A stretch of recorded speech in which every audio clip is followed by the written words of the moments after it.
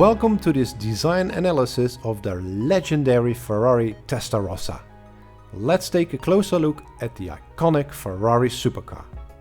The goal Ferrari had with the Testarossa was crystal clear: to cash in on the 80s. The Testarossa is one of the most produced Ferraris ever.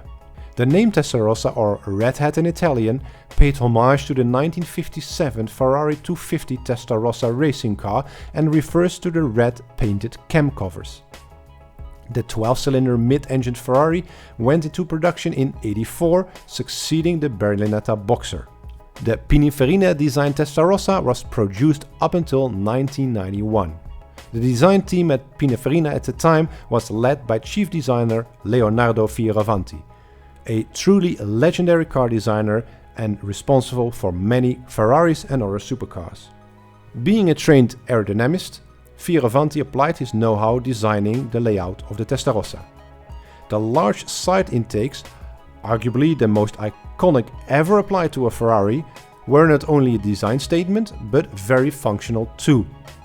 Of course, they drew air in to cool the side radiators and then went upward and left the car through the ventilation holes located at the engine lid and the open tail. Because of that aerodynamic solution, some 30 years before several modern-day super sports car manufacturers applied the same methodology, the Testarossa did not need a rear spoiler. This solution kept the body clean and the sculpture untouched, free of visual noise.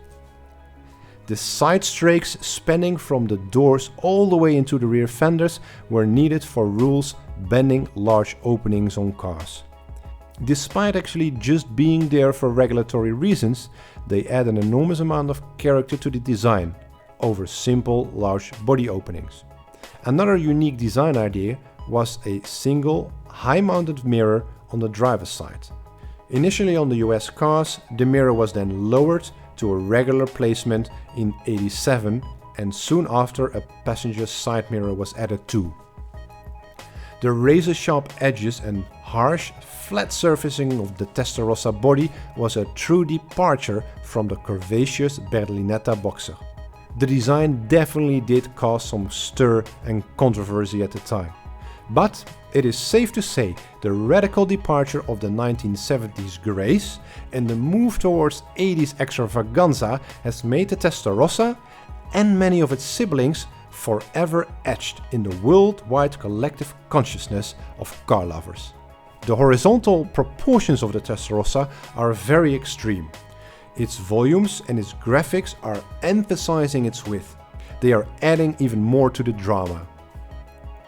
The equally outspoken and for the time typically Ferrari 5-spoke wheels link to the brand's heritage and complement the angular design of the body perfectly. Fioravanti's ideas suited the Maranello car makers seamlessly. This then very fresh and modern take on the Ferrari DNA took the brand's aesthetic forward in a new and relevant area. The design was both visually unique and highly functional at the same time. The goal Ferrari has set out for the Testarossa to cash in on the 80s? Well, that was met. Almost 10,000 Testarossas, 512 TRs,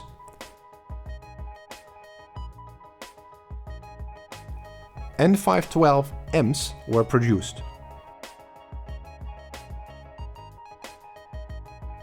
It is interesting to see how Ferrari is now aiming for a similar goal with expanding the entire model portfolio, while simultaneously actually leaving Pininfarina a few years ago and taking the design of their new cars into their own hands.